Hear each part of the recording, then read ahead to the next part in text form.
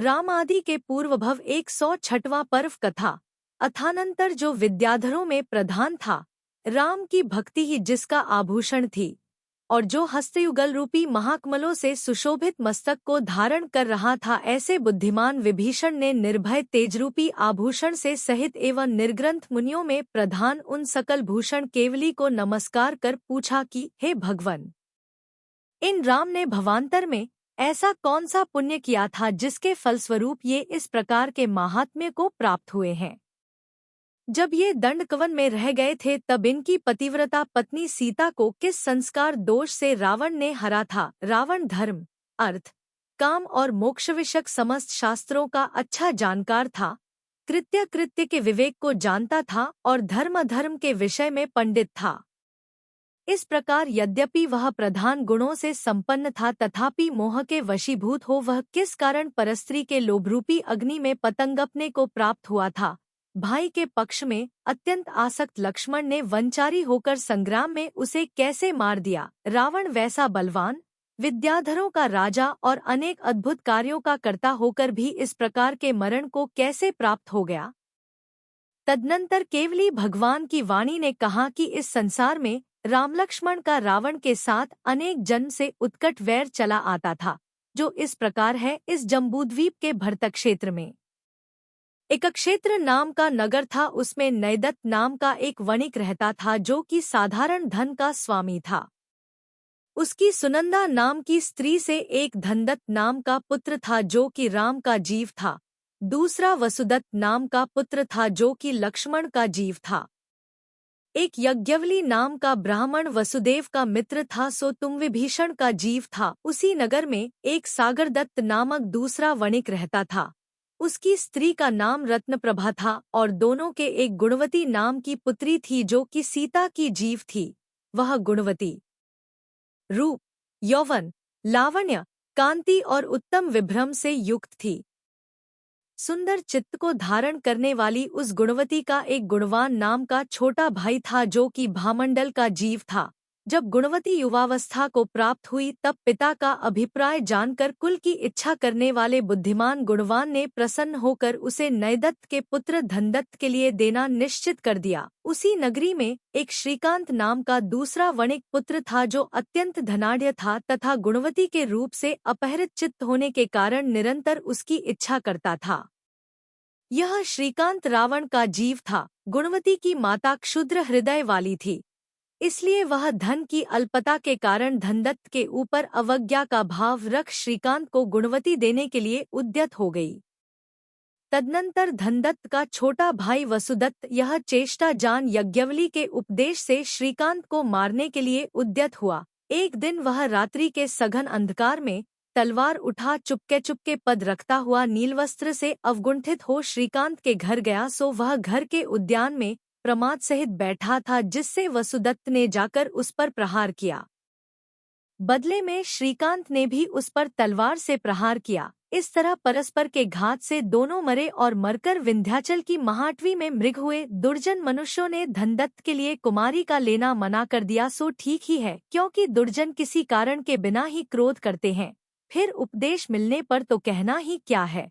भाई के कुमरण और कुमारी के नहीं मिलने से धनदत्त बहुत दुखी हुआ, जिससे वह घर से निकलकर आकुल होता हुआ अनेक देशों में भ्रमण करता रहा। इधर जिसे दूसरा वर इष्ट नहीं था, ऐसी गुणवती धनदत्त की प्राप्ति नहीं होने से बहुत दुखी हुई।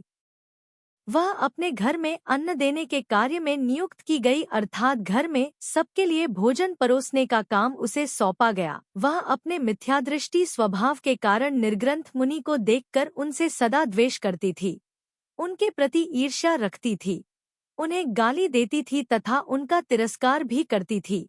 कर्मबंध के अनुरूप जिसकी आत्मा सदा मिथ्यादर्शन में आसक्त रहती थी, ऐसी वह अतिदुष्टा जिनशासन का बिल्कुल ही श्रद्धान नहीं करती थी। तदनंतर आयु समाप्त होने पर आर्तध्यान से मरकर वह उसी अटवी में मृगी हुई, जिसमें कि वे श्रीकांत और वसुदत्त के जीव मृग हुए थे। पूर्व संस्कार के दोष से उसी मृगी के लिए दोनों फिर लड़े और परस्पर एक दूसरे को मार कर शूकर अवस्था को प्राप्त हुए। तदनंतर वे दोनों हाथी, भैंसा, बैल, वानर, चीता, भेड़िया और कृष्ण मृग हुए तथा सभी पर्यायों में एक दूसरे को मार कर मरे। पाप कार्य में तत्पर रहने वाले वे दोनों जल में स्थल में जहाँ भी उत्पन्न होते थे वहीं बैर का अनुसरण करने में तत्पर रहते थे और उसी प्रकार परस्पर एक दूसरे को मार कर मरते थे। अथानंतर मार्ग के खेत से थका अत्यंत दुखी धनदत्त एक दिन सूर्यास्त हो जाने पर मुनियों के आश्रम में पहुंचा। वह प्यासा था, इसलिए उसने मुनियों से कहा कि मैं बहुत दुखी हो रहा हूँ, अतः मुझे पानी दीजिए। आप लोग पुण्य करना अच्छा समझते हैं। उनमें से एक मुनि ने सांत्वना देते हुए मधुर शब्द कहे कि रात्रि में अमृत पीना भी उचित नहीं है, फिर पानी की तो बात ही क्या है। हे वत्स, जब नेत्र अपना व्यापार छोड़ देते हैं, जो पाप की प्रवृत्ति होने से अत्यंत दारुण है, जो नहीं दिखने वाले सूक्ष्म जंतुओं से सहित है, तथा जब सूर्य का अभाव हो जाता है, ऐसे समय भोजन मत कर। हे भद्र, तुझे दुखी होने पर भी असमय में नहीं खाना चाहिए। तू दुखरूपी गंभीर पानी से भरे हुए संसार सागर में मत पड़। तदनंतर मुनिराज की पुण्य कथा से वह शांत हो गया। उसका चित्त दया से आलिंगित हो उठा और इनके फलस्वरूप वह अनुव्रत का धारी हो गया। यतश्च वह अल्पशक्ति का धारक था, इसलिए महाव्रती नहीं बन सका। तदनंतर आयु का अंत आने पर मरण को प्राप्त हो वह सौधर्म स्वर्ग में मुकुट, कुंडल, बाजूबंद, हार, मुद्रा और अंगद से सुशोभित उत्तम देव हुआ। वहाँ वह पूर्व पुण्योदय के कारण देवांगनाओं के सुख से लालित था, अप्सराओं के बड़े भारी परिवार से सहित था तथा इंद्र के समान आनंद से समय व्यतीत करता था। तदनंतर वहाँ से च्युत होकर महापुर नामक श्रेष्ठ नगर में जैन धर्म के श्रद्धालु मेरु नामक सेठ की धारिणी नामक स्त्री से पद्मरुचि नामक पुत्र हुआ। उसी नगर में एक छत्रछाय नाम का राजा रहता था। उसकी श्रीदत्ता नाम की स्त्री थी, जो कि रानी के गुणों की मानो पिटारी ही थी। किसी एक दिन पद्मरुचि घोड़े पर चढ़ा अपने गोकुल की ओर आ रहा था, सो मार्ग में उसने पृथ्वी पर पड़ा एक बूढ़ा बैल देखा। सुगंधित वस्त्र तथा माला आदि को धारण करने वाला पद्मरुचि घोड़े से उतरकर दयालु होता हुआ आदरपूर्वक उस बैल के पास गया। पद्मरुचि ने उसके कान में पंचनमस्कार मंत्र का जाप सुनाया। सो जब पद्मरुचि उसके कान में पंचनमस्कार मंत्र का जप दे रहा था, तभी उस मंत्र को सुनती हुई बैल की आत्मा उस शरीर से बाहर निकल गई, अर्थात नमस्कार मंत्र सुनते सुनते उसके प्राण निकल गए। मंत्र के प्रभाव से जिसके कर्मों का जाल कुछ कम हो गया था, ऐसा वह बैल उसी नगर के राजा छत्रछाय की श्रीदत्ता नाम की रानी के पुत्र हुआ। यतश छत्रछाय के पुत्र नहीं था, इसलिए वह उसके उत्पन्न होने पर बहुत संतुष्ट हुआ। नगर में बहुत भारी संपदा खर्च कर अत्यधिक शोभा की गई तथा बाजों से जो बहरा हो रहा था, ऐसा महान उत्सव किया गया। तदनंतर कर्मों के संस्कार से उसे अपने पूर्व जन्म का स्मरण हो गया। बैल पर्याय में बोझा ढोना, शीत तथा आतप आदि से उत्पन्न दारुण दुख उसने भोगे थे तथा जो उसे पंचनमस्कार मंत्र श्रवण करने का अवसर मिला था, वह सब उसकी स्मृतिपटल में झूलने लगा। महासुंदर चेष्टाओं को धारण करता हुआ वह जब बालकालीन क्रीड़ाओं में आसक्त रहता था, तब भी मन में पंचनमस्कार मंत्र के श्रवण का सदा ध्यान रखता था।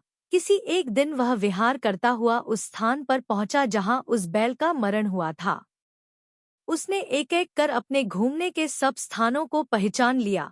तदनंतर वृषभध्वज नाम को धारण करने वाला वह राजकुमार हाथी से उतरकर दुखित चित्त होता हुआ इच्छानुसार बहुत देर तक बैल के मरने को उस भूमि को देखता रहा। समाधि मरण रूपी रत्न के दाता तथा उत्तम चेष्टाओं से सहित उस बुद्धिमान पद्मरुचि को जब वह नहीं देख सका, तब उसने उसके देखने के लिए योग्य उपाय का विचार किया। अथानंतर उसने उसी स्थान पर कैलाश के शिखर के समान एक जिन मंदिर बनवाया। उसमें चित्रपट आदि पर महापुरुषों के चरित्र तथा पुराण लिखवाए। उसी मंदिर के द्वार पर उसने अपने पूर्वभव के चित्र से चित्रित एक चित्रपट लगवा दिया तथा उसकी परीक्षा करने के लिए चतुर मनुष्य उसके समीप खड़े कर दिए। तदनंतर वंदना की इच्छा करता हुआ पद्मरुचि एक दिन उस मंदिर में आया और हर्षित चित्त होता हुआ उस चित्र को देखने लगा। तदनंतर आश्चर्यचकित हो उसी चित्र पर नेत्र गड़ाकर ज्यों ही वह उसे देखता है कि वृषभध्वज राजकुमार के सेवकों ने उसे उसका समाचार सुना दिया। तदनंतर विशाल संपदा से सहित राजपुत्र इष्ट के समागम की इच्छा करता हुआ उत्तम हाथी पर सवार हो वहां आया। हाथी से उतरकर उसने जिन मंदिर में प्रवेश किया और वहां बड़ी तल्लीनता के साथ उस चित्रपट को देखते हुए धारिणीसुत पद्मरुचि को देखा, जिसके नेत्र, मुख तथा हाथों के संचार से अत्यधिक आश्चर्य सूचित हो रहा था। ऐसे उस पद्मरुचि को पहचान कर वृषभध्वज ने उसके चरणों में नमस्कार किया। पद्मरुचि ने उसके लिए बैल के दुहकपूर्ण मरण का समाचार कहा, जिसे सुनकर उत्फुल्ल लोचनों को धारण करने वाला राजपुत्र बोला कि वह बैल मैं ही हूँ। जिस प्रकार उत्तम शिष्य गुरु की पूजा कर संतुष्ट होता है, उसी प्रकार वृषभध्वज राजकुमार भी शीघ्रता से पद्मरुचि की पूजा कर संतुष्ट हुआ। पूजा के बाद राजपुत्र ने पद्मरुचि से कहा कि मृत्यु के संकट से परिपूर्ण उस काल में आप मेरे प्रिय बंधु के समान समाधि प्राप्त कराने के लिए आए थे। उस समय तुमने दयालु होकर जो समाधि रूपी अमृत का संबल मेरे लिए दिया था, देखो उसी से तृप्त होकर मैं इस भव को प्राप्त हुआ हूँ। तुमने जो मेरा भला किया है वह न माता करती है, न पिता करता है, न सगा भाई करता है, न परिवार के अन्य लोग करते हैं और न देव ही करते हैं। तुमने जो मुझे पंचनमस्कार मंत्र श्रवण का दान दिया था, उसका मूल्य यद्यपि मैं नहीं देखता, तथापि आप में जो मेरी परम भक्ति है वही यह चेष्टा करा रही है। हे नाथ, मुझे आज्ञा दो, मैं आपका क्या करूं? हे पुरुषोत्तम, आज्ञा देकर मुझ भक्त को अनुग्रहित करो। तुम यह समस्त राज्य ले लो, मैं तुम्हारा दास रहूंगा। अभिलषित कार्य में इस शरीर को नियुक्त कीजिए इत्यादि उत्तम शब्दों के साथ साथ उन दोनों में परम प्रेम हो गया। दोनों को ही सम्यक्त्व की प्राप्ति हुई। वह राज्य दोनों का सम्मिलित राज्य हुआ और दोनों का संयोग चिर संयोग हो गया, जिनका अनुराग ऊपर ही ऊपर न रहकर हड्डी तथा मज्जा तक पहुंच गया था। ऐसे वे दोनों श्रावक के व्रत से सहित हुए। स्थिर चित्त के धारण करने वाले उन दोनों ने पृथ्वी पर अनेक जिनमंदिर और जिनबिंब बनवाए। सफेद कमल की बोड़ियों के समान स्तूपों से सैकड़ों बार पृथ्वी को अलंकृत किया। तदनंतर मरण के समय समाधि की आराधना कर वृषभध्वज ईशान स्वर्ग में पुण्य कर्म का फल भोगने वाला देव हुआ। उस देव के नयनों की कांति देवांगनाओं के नयन कमलों को विकसित करने वाली थी तथा क्रीड़ा करते समय ध्यान करते ही उसके समस्त मनोरथ पूर्ण हो जाते थे। इधर पद्मरुचि भी आयु के अंत में समाधि मरण प्राप्त कर ईशान स्वर्ग में ही सुंदर वैमानिक देव हुआ। तदनंतर पद्मरुचि का जीव वहां से चय कर पश्चिम विदेह क्षेत्र के विजयार्ध पर्वत पर नंद्यावर्त नगर के राजा नंदीश्वर की कनकाभा रानी से नयनानंद नाम का पुत्र हुआ। वहां उसने चिरकाल तक विद्याधर राजा की विशाल लक्ष्मी का उपभोग किया। तदनंतर मुनिदीक्षा ले अत्यंत विकट तप किया और अंत में समाधिमरण प्राप्त कर माहेंद्र स्वर्ग प्राप्त किया। वहां उसने पुण्यरूपी लता के महाफल के समान पंचेंद्रियों के विषय द्वार से अत्यंत सुंदर मनोहर सुख प्राप्त किया। तदनंतर वहां से च्युत होकर मेरु पर्वत के पश्चिम दिग्भाग में स्थित क्षेमपुरी नगरी में श्रीचंद्र नाम का प्रसिद्ध राजपुत्र हुआ। वहां उसकी माता का नाम पद्मावती और पिता का नाम विपुलवाहन था। वह वहां स्वर्ग में भोगे हुए कर्म का जो निहस्यंत शेष रहा था, उसी का मानो उपभोग करता था। उसके पुण्य प्रभाव से उसका खजाना, देश तथा सैन्य बल सब ओर से प्रतिदिन परम वृद्धि को प्राप्त हो रहा था। वह श्रीचंद्र एक ग्राम के स्थानापन्न नाना खानों से सहित विशाल पृथ्वी का प्रिया के समान महाप्रीति से पालन करता था। वह हाव भाव से मनोज्ञ स्त्रियों के द्वारा लालित होता हुआ देवांगनाओं से सहित देवेंद्र के समान क्रीड़ा करता था। दोदुंदुक देव के समान महान ऐश्वर्य को प्राप्त हुए उस श्रीचंद्र के कई हजार वर्ष एक क्षण के समान व्यतीत हो गए। अथानंतर किसी समय व्रत समिति और गुप्ती से श्रेष्ठ एवं बहुत भारी संग से आवृत समाधिगुप्त नामक मुनिराज उस नगर में आए। मुनिराज आकर उद्यान में ठहरे हैं। यह जानकर मुनि की वंदना करने के लिए नगर के सब लोग हर्षपूर्वक बातचीत करते हुए उद्यान में गए। भक्तिपूर्वक स्तुति करने वाले जनसमूह का मेघमंडल के समान जो भारी शब्द हो रहा था उसे कान लगाकर श्रीचंद्र ने सुना और निकटवर्ती लोगों से पूछा कि यह महासागर के समान किसका शब्द सुनाई दे रहा है। जिन लोगों से राजा ने पूछा था वे उस शब्द का कारण नहीं जानते थे, इसलिए उन्होंने मंत्री को राजा के निकट कर दिया। तब राजा ने मंत्री से कहा कि मालूम करो यह किसका शब्द है। इसके उत्तर में मंत्री ने जाकर तथा सब समाचार जानकर वापस निवेदन किया कि उद्यान में मुनिराज आए हैं। तदनंतर जिसके नेत्र खिले हुए कमल के समान सुशोभित हो रहे थे तथा जिसके हर्ष के रोमांच उठ आए थे, ऐसा राजा श्रीचंद्र अपनी स्त्री के साथ मुनि वंदना के लिए चला। वहां प्रसन्न मुखचंद्र के धारक मुनिराज के दर्शन कर राजा ने शीघ्रता से सिर झुकाकर उन्हें नमस्कार किया और उसके बाद वह विनयपूर्वक पृथ्वी पर बैठ गया।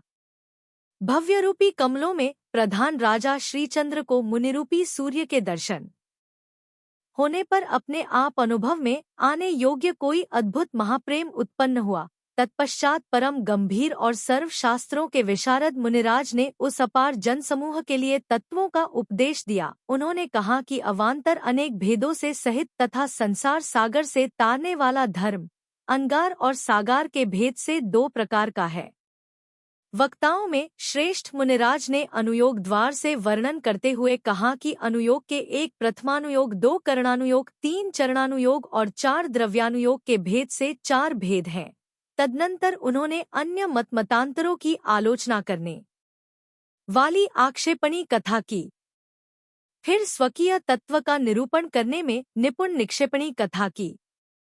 तदनंतर संसार से भय उत्पन्न करने वाली संवेजनी कथा की और उसके बाद भोगों से वैराग्य उत्पन्न करने वाली पुण्यवर्धक निवेदनी कथा की। उन्होंने कहा कि कर्मयोग से संसार में दौड़ लगाने वाले इस प्राणी को मोक्षमार्ग की प्राप्ति बड़े कष्ट से होती है। यह संसार विनाशी होने के कारण संध्या, बबूले, फेन, तरंग, बिजली और इंद्रधनुष के समान है।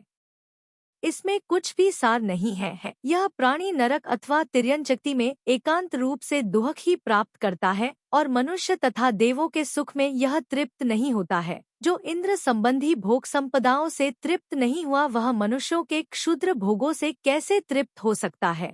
जिस प्रकार निर्धन मनुष्य किसी तरह दुर्लभ खजाना पाकर यदि प्रमाद करता है तो उसका वह खजाना व्यर्थ चला जाता है, इसी प्रकार यह प्राणी किसी तरह दुर्लभ मनुष्य पर्याय पाकर विषय स्वाद के लोभ में पड़ यदि प्रमाद करता है तो उसकी मनुष्य पर्याय व्यर्थ चली जाती है। सूखे ईंधन से अग्नि की तृप्ति क्या है? नदियों के जल से समुद्र की तृप्ति क्या है? और विषयों के आस्वाद संबंधी सुख से संसारी प्राणी की तृप्ति क्या है? जल में डूबते हुए खिन्न मनुष्य के समान विषय रूपी आमिष से मोहित हुआ चतुर मनुष्य भी मोहांधीकृत चित्त होकर मनता को प्राप्त हो जाता है। सूर्य तो दिन में ही तपता है पर काम रात दिन तपता रहता है। सूर्य का आवरण तो है पर काम का आवरण नहीं है। संसार में अरहट की घटी के समान निरंतर कर्मों से उत्पन्न होने वाला जो जन्म, जरा और मृत्यु संबंधी दुहक है वह स्मरण आते ही भय देने वाला है। जिस प्रकार अजंगम यंत्र जंगम प्राणी के द्वारा घुमाया जाता है उसी प्रकार यह अनित्य तथा बीभत्स शरीर भी चेतन द्वारा घुमाया जाता है। इस शरीर में जो स्नेह है वह मोह के कारण ही है। यह मनुष्य जन्म पानी के बबूले के समान निहसार है, ऐसा जानकर कुलीन मनुष्य विरक्त हो जिन प्रतिपादित मार्ग को प्राप्त होते हैं, जो उत्साह रूपी कवच से आच्छादित हैं, निश्चय रूपी घोड़े पर सवार हैं और ध्यान रूपी खड्ग को धारण करने वाले हैं, ऐसे धीर वीर मनुष्य सुक्ति के प्रति प्रस्थान करते हैं। हे मानवो, शरीर जुदा है और मैं जुदा हूँ, ऐसा विचार कर निश्चय करो तथा शरीर में स्नेह छोड़कर धर्म करो, जिन्हें सुख दुखादि समान है, जो स्वजन और परिजनों में समान है तथा रागद्वेष आदि से रहित है, ऐसे मुनि ही पुरुषोत्तम हैं। उन्हीं मुनियों ने अपने शुक्लध्यान रूपी नेत्र के द्वारा दुख रूपी वन्य पशुओं से व्याप्त इस अत्यंत विशाल समस्त कर्मरूपी अटवी को भस्म किया है। इस प्रकार मुनिराज का उपदेश सुनकर श्रीचंद्र विषयास्वाद संबंधी सुख से परामुख हो रत्नत्रय को प्राप्त हो गया। फलस्वरूप उस उदारचेता ने धृतिकांत नामक पुत्र के लिए राज्य देकर समाधिगुप्त मुनिराज के समीप मुनिदीक्षा धारण कर ली। अब वे श्रीचंद्र मुनि समीचीन भावना से सहित थे त्रियोग संबंधी शुद्धि को धारण करते थे, समितियों और गुप्तियों से सहित थे तथा रागद्वेष से विमुख थे, रत्नत्रय रूपी उत्तम अलंकारों से युक्त थे, क्षमा आदि गुणों से सहित थे, जिन शासन से ओतप्रोत थे, श्रमण थे और उत्तम समाधान से युक्त थे, पंच महाव्रतों के धारक थे, प्राणियों की रक्षा करने वाले थे, 7 भयों से निर्मुक्त थे तथा उत्तम धैर्य से सहित थे, ईर्ष्या-स्मृति पूर्वक उत्तम विहार करने में तत्पर थे, परिशों के समूह को सहन करने वाले थे, मुनि थे तथा बेला, तेला और पक्षोपवास आदि करने के बाद पारणा करते थे, ध्यान और स्वाध्याय में निरंतर लीन रहते थे, ममता रहित थे, इंद्रियों को तीव्रता से जीतने वाले थे, उनके कार्य निदान अर्थात आगामी भोगाकांक्षा से रहित होते थे, वे परम शांत थे और जिन शासन के परम स्नेही थे, अहिंसक आचरण करने में कुशल थे, मुनि संग पर अनुग्रह करने में तत्पर थे और बाल की अनिमात्र परिग्रह में भी इच्छा से रहित थे, स्नान के अभाव में उनका शरीर मल से सुशोभित था, वे आसक्ति से रहित थे, दिगंबर थे, गांव में 1 रात्रि और नगर में 5 रात्रि तक ही ठहरते थे, पर्वत की गुफाओं, नदियों के तट अथवा बाग बगीचों में ही उनका उत्तम निवास होता था, उन्होंने शरीर से ममता छोड़ दी थी, वे स्थिर थे, मौनी थे, विद्वान थे और सम्यक तप में तत्पर थे, इत्यादि गुणों से सहित श्री चंद्रमुनि कामरूपी पंजर को जर्जर जीर्ण शीर्ण कर तथा समाधिमरण प्राप्त कर ब्रह्मस्वर्ग के इंद्र हुए, वहां वे उत्तम विमान में श्री, कीर्ति, धृति और कांति को प्राप्त थे, चूड़ामणि के द्वारा प्रकाश करने वाले थे, तीनों लोकों में प्रसिद्ध थे। यद्यपि ध्यान करते ही उत्पन्न होने वाली परम रिद्धि से क्रीड़ा करते थे, तथापि हेमेंद्र देव के समान अथवा भरत चक्रवर्ती के समान निर्लिप्त हो रहते थे, नंदन वन आदि स्थानों में उत्तम संपदाओं से युक्त सौधर्म आदि इंद्र जब उनकी ओर देखते थे तब उन जैसा वैभव प्राप्त करने के लिए उत्कंठित हो जाते थे, देवांगनाओं के नेत्रों को उत्सव प्रदान करने वाले वे ब्रह्मेंद्र, मणि तथा सुवर्ण से निर्मित एवं मोतियों की जाली से सुशोभित सुंदर विमान में रमण करते थे। श्री स्कलभूषण केवली कहते हैं कि हे विभीषण, श्रीचंद्र के जीव ब्रह्मेंद्र की जो विभूति थी उसे बृहस्पति भी 100 वर्ष में भी नहीं कह सकता, जिनशासन अमूल्य रत्न है, अनुपम रहस्य है तथा तीनों लोकों में प्रकट है, परंतु मोही जीव इसे नहीं जानते। मुनिधर्म तथा जिनेंद्र देव के उत्तम महात्म्य को जानकर भी मिथ्या अभिमान में चूर रहने वाले मनुष्य धर्म से विमुख रहते हैं। जो बालक अर्थात अज्ञानी इस लोक संबंधी सुख के लिए मिथ्यामत में प्रीति करता है, वह अपना ध्यान रखता हुआ भी उसका वह अहित करता है जिसे शत्रु भी नहीं करते। कर्म बंध की विचित्रता होने से सभी लोग रत्नत्रय के धारक नहीं हो जाते। कितने ही लोग उसे प्राप्त कर भी दूसरे के चक्र में पड़कर पुनः छोड़ देते हैं। हे भव्यजनों, अनेक खोटे मनुष्यों के द्वारा गृहीत एवं बहुत दोषों से सहित निंदित धर्म में रमण मत करो। अपने चित्त स्वरूप के साथ बंधुता का काम करो, जिन शासन को छोड़कर अन्यत्र दुहक से मुक्ति नहीं है। इसलिए हे भव्यजनों, अनन्य चित्त हो, निरंतर जिन भगवान की अर्चा करो। इस प्रकार देव से उत्तम मनुष्य पर्याय और मनुष्य से उत्तम देव पर्याय को प्राप्त करने वाले धनदत्त का वर्णन किया। अब संक्षेप से कर्मों की विचित्रता के कारण विविध रूपता को धारण करने वाले वसुदत्तादि के भ्रमण का वर्णन करता हूँ। अथानंतर मृणालकुंड नामक नगर में प्रतापवान तथा यश से उज्ज्वल विजयसेन नाम का राजा रहता था। रत्नचूला उसकी स्त्री थी। उन दोनों के वज्रकंबु नाम का पुत्र था और हेमवती उसकी स्त्री थी। उन दोनों के पृथ्वीतल पर प्रसिद्ध शंभु नाम का पुत्र था। उसके श्रीभूति नाम का परमतत्वदर्शी पुरोहित था और उसकी स्त्री के योग्य गुणों से सहित सरस्वती नाम की स्त्री थी। पहले जिस गुणवती का उल्लेख कर आए हैं, वह समीचीन धर्म से रहित हो कर्मों के प्रभाव से तिर्यंच योनि में चिरकाल तक भ्रमण करती रही। वह मोह, निंदा, स्त्री संबंधी निदान तथा अपवाद आदि के कारण बार बार तीव्र दुहक से युक्त स्त्री पर्याय को प्राप्त करती रही। तदनंतर साधुओं का अवर्णवाद करने के कारण वह दुहकमयी अवस्था से दुखी होती हुई गंगा नदी के तट पर हथिनी हुई। वहां वह बहुत भारी कीचड़ में फंस गई, जिससे उसका शरीर एकदम पराधीन होकर अचल हो गया। वह धीरे धीरे सस शब्द छोड़ने लगी तथा नेत्र बंद कर मरणासन्न अवस्था को प्राप्त हुई। तदनंतर उसे मरती देख तरंगवेग नामक दयालु विद्याधर ने उसे कान में नमस्कार मंत्र का जाप सुनाया। उस मंत्र के प्रभाव से उसकी कषाय मंद पड़ गई। उसने उसी स्थान का क्षेत्र संन्यास धारण किया तथा उक्त विद्याधर ने उसे प्रत्याख्यान संयम दिया। इन सब कारणों के मिलने से वह श्रीभूति नामक पुरोहित के वेदवती नाम की पुत्री हुई। एक बार भिक्षा के लिए घर में प्रविष्ट मुनि को देखकर उसने उनकी हंसी की, तब पिता ने उसे समझाया, जिससे वह श्राविका हो गई। वेदवती परम सुंदरी कन्या थी, अतः उसे प्राप्त करने के लिए पृथ्वीतल के राजा अत्यंत उत्कंठित थे और उनमें शंभु विशेष रूप से उत्कंठित था। पुरोहित की यह प्रतिज्ञा थी कि यद्यपि मिथ्यादृष्टि पुरुष संपत्ति में कुबेर के समान हो, तथापि उसके लिए यह कन्या नहीं दूंगा। इस प्रतिज्ञा से शंभु बहुत कुपित हुआ और उसने रात्रि में सोते हुए पुरोहित को मार डाला। पुरोहित मरकर जिनधर्म के प्रसाद से देव हुआ। तदनंतर जो साक्षात देवता के समान जान पड़ती थी, ऐसी इस वेदवती को उसकी इच्छा न रहने पर भी शंभु अपने अधिकार से बलात् विवाहने के लिए उद्यत हुआ। साक्षात रति के समान शोभायमान उस वेदवती का शंभु ने काम के द्वारा संतप्त मन से आलिंगन किया, चुंबन किया और उसके साथ बलात् मैथुन किया। तदनंतर जो अत्यंत कुपित थी, अग्निशिखा के समान तीक्ष्ण थी, जिसका हृदय विरक्त था, शरीर काँप रहा था, जो अपने शील के नाश और पिता के वध से तीव्र दुख धारण कर रही थी तथा जिसके नेत्र लाल लाल थे, ऐसी उस वेदवती ने शंभु से कहा कि अरे पापी नीच पुरुष, तूने पिता को मारकर बलात् मेरे साथ काम सेवन किया है, इसलिए मैं तेरे वध के लिए ही आगामी पर्याय में उत्पन्न होंगी। यद्यपि मेरे पिता परलोक चले गए हैं, तथापि मैं उनकी इच्छा नष्ट नहीं करूंगी।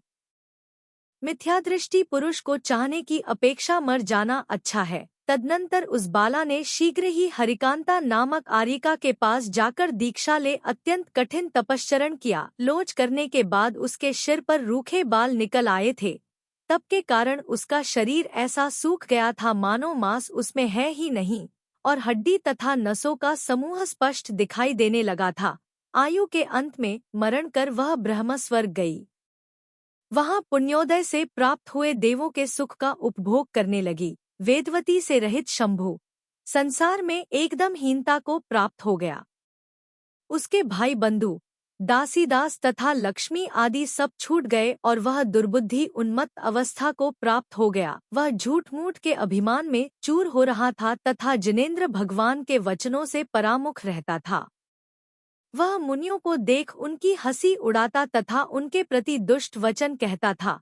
इस प्रकार मधु, मांस और मदिरा ही जिसका आहार था तथा जो पाप की अनुमोदना करने में उद्यत रहता था, ऐसा शंभु तीव्र दुख देने वाले नरक और तिर्यंचक्ति में चिरकाल तक भ्रमण करता रहा। अथानंतर दुखदायी पाप कर्म का कुछ उपशम होने से वह कुशध्वज ब्राह्मण की सावित्री नामक स्त्री में पुत्र उत्पन्न हुआ। प्रभास्कुंद उसका नाम था। फिर अत्यंत दुर्लभ रत्नत्रय को पाकर उसने विचित्रसेन मुनि के समीप दीक्षा धारण कर ली, जिसने रति, काम, गर्व, क्रोध तथा मत्सर को छोड़ दिया था, जो दयालु था तथा इंद्रियों को जीतने वाला था। ऐसे उस प्रभास्कुंद ने निर्विकार होकर तपश्चरण किया। वह 2 दिन, 3 दिन तथा 1 पक्ष आदि के उपवास करता था। उसकी सब प्रकार की इच्छाएं छूट गई थी। जहाँ सूर्य अस्त हो जाता था वहीं वह शून्य वन आदि में ठहर जाता था। गुण और शील से संपन्न था। परीक्षाओं को सहन करने वाला था। ग्रीष्म ऋतु में आतापनयोग धारण करने में तत्पर रहता था। मलरूपी कंचुक से सहित था। वर्षा ऋतु में वृक्ष के नीचे मेघों के द्वारा छोड़े हुए जल से भीगता रहता था और हेमंत ऋतु में बर्फरूपी वस्त्र से आवृत होकर नदियों के तट पर स्थित रहता था। इत्यादि क्रियाओं से युक्त हुआ वह प्रभास्कुंद किसी समय उस सिद्धक्षेत्र समेत शिखर की वंदना करने के लिए गया, जो कि स्मृति में आते ही पाप का नाश करने वाला था। यद्यपि वह शांत था, तथापि उसने वहां आकाश में कनकप्रभ नामक विद्याधर की विभूति देख निदान किया कि मुझे वैभव से रहित मुक्तिपद की आवश्यकता नहीं है। यदि मेरे तप में कुछ माहात्म्य है तो मैं ऐसा ऐश्वर्य प्राप्त करूं। गौतम स्वामी कहते हैं कि अहो पाप कर्म के उदय से उत्पन्न हुई मूर्खता, तो देखो कि उसने त्रिलोकी मूल्य रत्न को शाक की एक मुट्ठी में बेच दिया। अथवा ठीक है, क्योंकि कर्मों के प्रभाव से अभ्युदय के समय मनुष्य के सद्बुद्धि उत्पन्न होती है और विपरीत समय में सद्बुद्धि नष्ट हो जाती है। इस संसार में कौन क्या कर सकता है?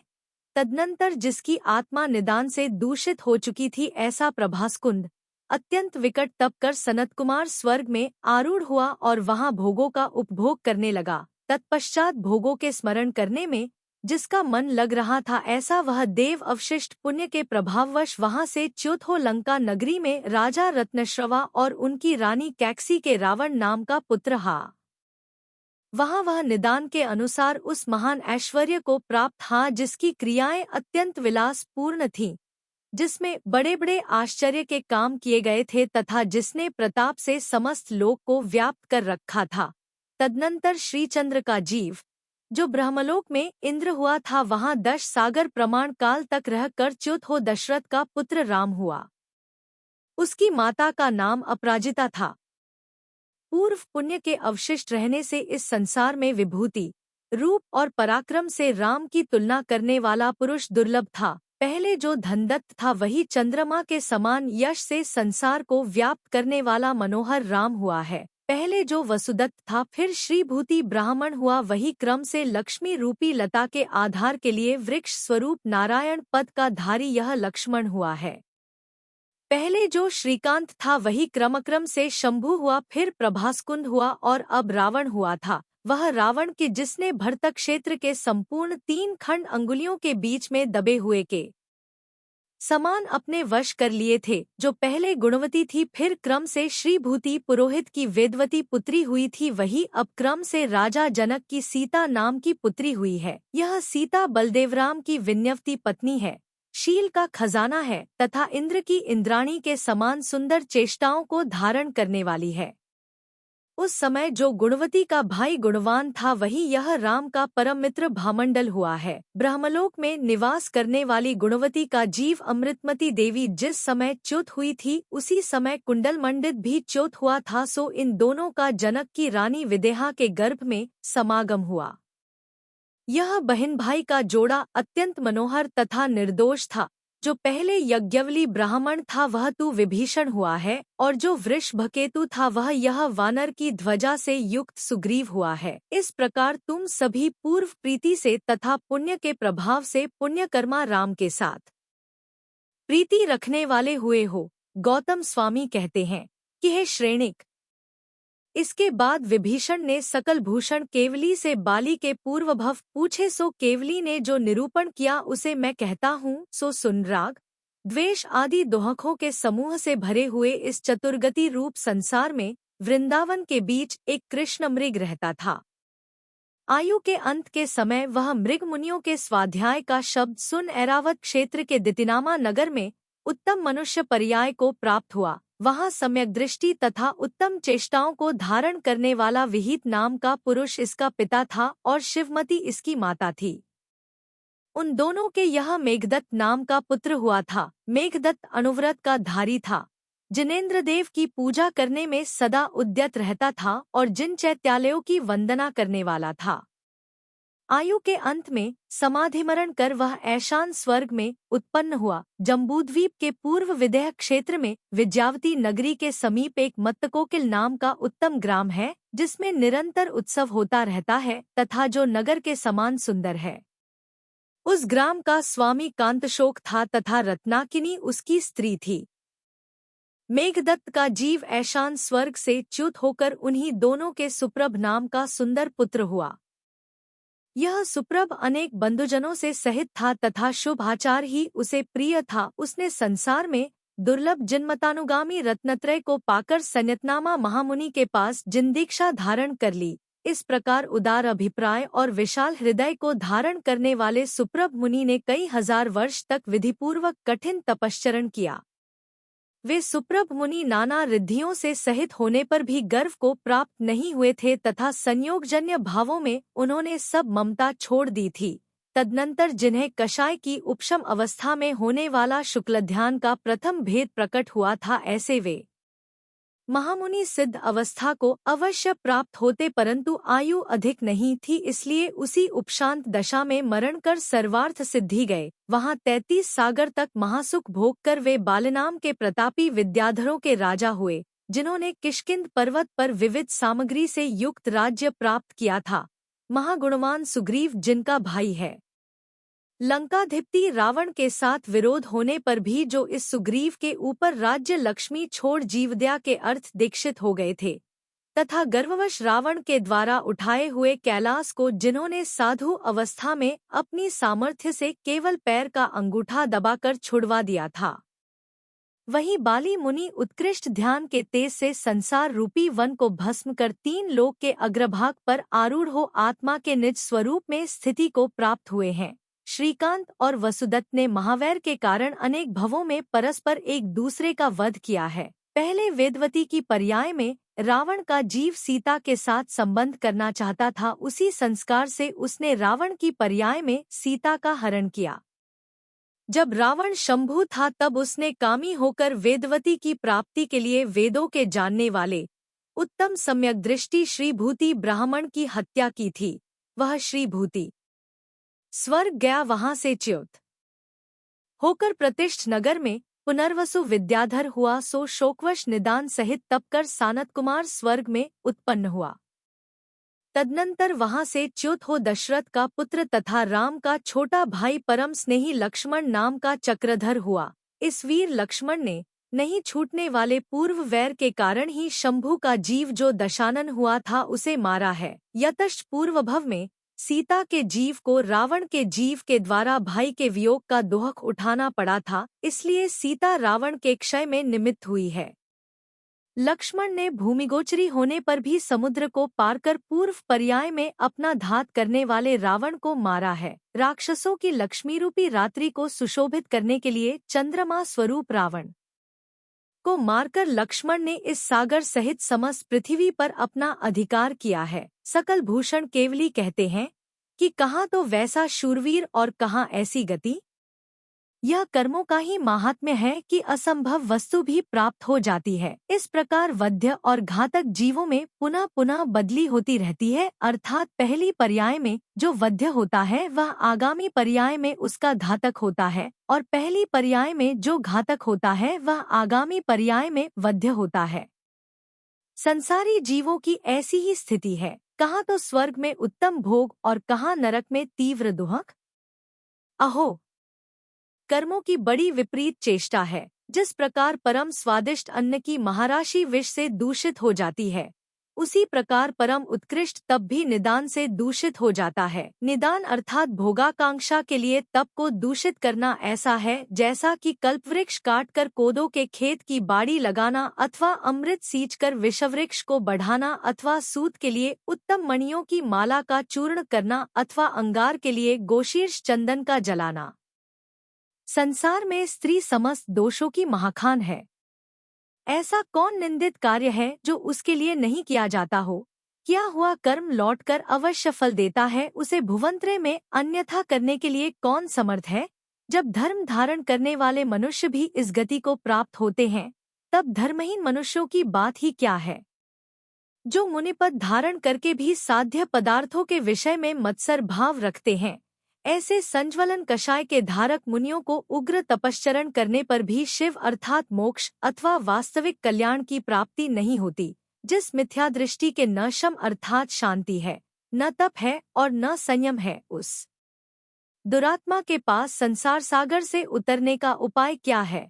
जहाँ वायु के द्वारा मदोन्मत्त हाथी हरण किए जाते हैं, वहाँ स्थल में रहने वाले खरगोश तो पहले ही हरे जाते हैं। इस प्रकार परम दोहकों का ऐसा कारण जानकर हे आत्महित के इच्छुक भव्यजनों, किसी के साथ वैर का संबंध मत रखो, जिससे पाप बंद हो ऐसा एक शब्द भी नहीं बोलना चाहिए। देखो, शब्द मात्र से सीता को कैसा अपवाद प्राप्त हुआ। इसकी कथा इस प्रकार है कि जब सीता वेदवती की पर्याय में थी तब एक मंडलिक नाम का ग्राम था। उस ग्राम में एक सुदर्शन नामक मुनि आए। मुनि को उद्यान में आया देख लोग उनकी वंदना के लिए गए। वंदना कर जब सब लोग चले गए तब उनके पास एक सुदर्शना नाम की आर्यिका जो कि मुनि की बहन थी बैठी रही और मुनि उसे सद्वचन कहते रहे। वेदवती ने उस उत्तम साध्वी आर्यिका के साथ मुनि को देखा। तदनंतर अपने आप को सम्यक दृष्टि बताने में तत्पर वेदवती ने गांव के लोगों से कहा कि हाँ, आप लोग ऐसे साधु के अवश्य दर्शन करो और उन्हें अच्छा बतलाओ। मैंने उन साधु को एकांत में एक सुंदर स्त्री के साथ बैठा देखा है।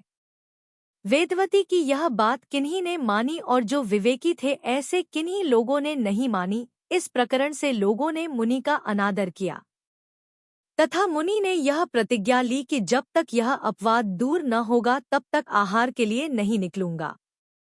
इस अपवाद से वेदवती का मुख फूल गया। तब उसने नगर देवता की प्रेरणा पा मुनि से कहा कि मुझ पापिनी ने आपके विषय में झूठ कहा है। इस तरह मुनि से क्षमा कराकर उसने अन्य लोगों को भी विश्वास दिलाया। इस प्रकार वेदवती की पर्याय में सीता ने उन बहन भाई के युगल की झूठी निंदा की थी, इसलिए इस पर्याय में यह इस प्रकार के मिथ्या अपवाद को प्राप्त हुई है। यदि यथार्थ दोष भी देखा हो तो जिनमत के अवलंबी को नहीं कहना चाहिए और कोई दूसरा कहता भी हो तो उसे सब प्रकार से रोकना चाहिए। फिर लोक में विद्वेष फैलाने वाले शासन संबंधी दोष को जो कहता है वह दुहक पाकर चिरकाल तक संसार में भटकता रहता है। किए हुए दोष को भी प्रयत्नपूर्वक छिपाना यह सम्यक दर्शन रूपी रत्न का बड़ा भारी गुण है। अज्ञान अथवा मत्सर भाव से भी जो किसी के मिथ्या दोष को प्रकाशित करता है वह मनुष्य जिनमार्ग से बिल्कुल ही बाहर स्थित है। इस प्रकार सकल भूषण केवली का अत्यधिक आश्चर्य से भरा हुआ उपदेश सुनकर समस्त सुर असुर और मनुष्य परम विस्मय को प्राप्त हुए। लक्ष्मण और रावण के सुदृढ़ वैर को जानकर समस्त सभा महादुहक और भय से सिहर उठी तथा निर्वैर हो गई। अर्थात सभा के सब लोगों ने वैरभाव छोड़ दिया। मुनि संसार से भयभीत हो गए। देवलोक परम चिंता को प्राप्त हुए। राजा उद्वेग को प्राप्त हुए और कितने ही लोग प्रतिबुद्ध हो गए। अपनी वक्तृत्व शक्ति का अभिमान रखने वाले कितने ही लोग अहंकार का भार छोड़ शांत हो गए। जो कर्मोदय से कठिन थे अर्थात चारित्रमोह के तीव्रोदय से जो चारित्र धारण करने के लिए असमर्थ थे उन्होंने केवल सम्यक दर्शन प्राप्त किया। कर्मों की दुष्टता के भार से जो क्षण भर के लिए मूर्छित हो गई थी ऐसी सभा हा हा धिक चित्रम आदि शब्द कहती हुई सांसें भरने लगी। मनुष्य असुर और देव हाथ जोड़ मस्तक से लगा मुनिराज को प्रणाम कर विभीषण की प्रशंसा करने लगे कि हे भद्र, आपके आश्रय से ही मुनिराज के चरणों का प्रसाद प्राप्त हुआ है और उससे हम लोग इस उत्तम ज्ञानवर्धक पुण्य चरित को सुन सके हैं।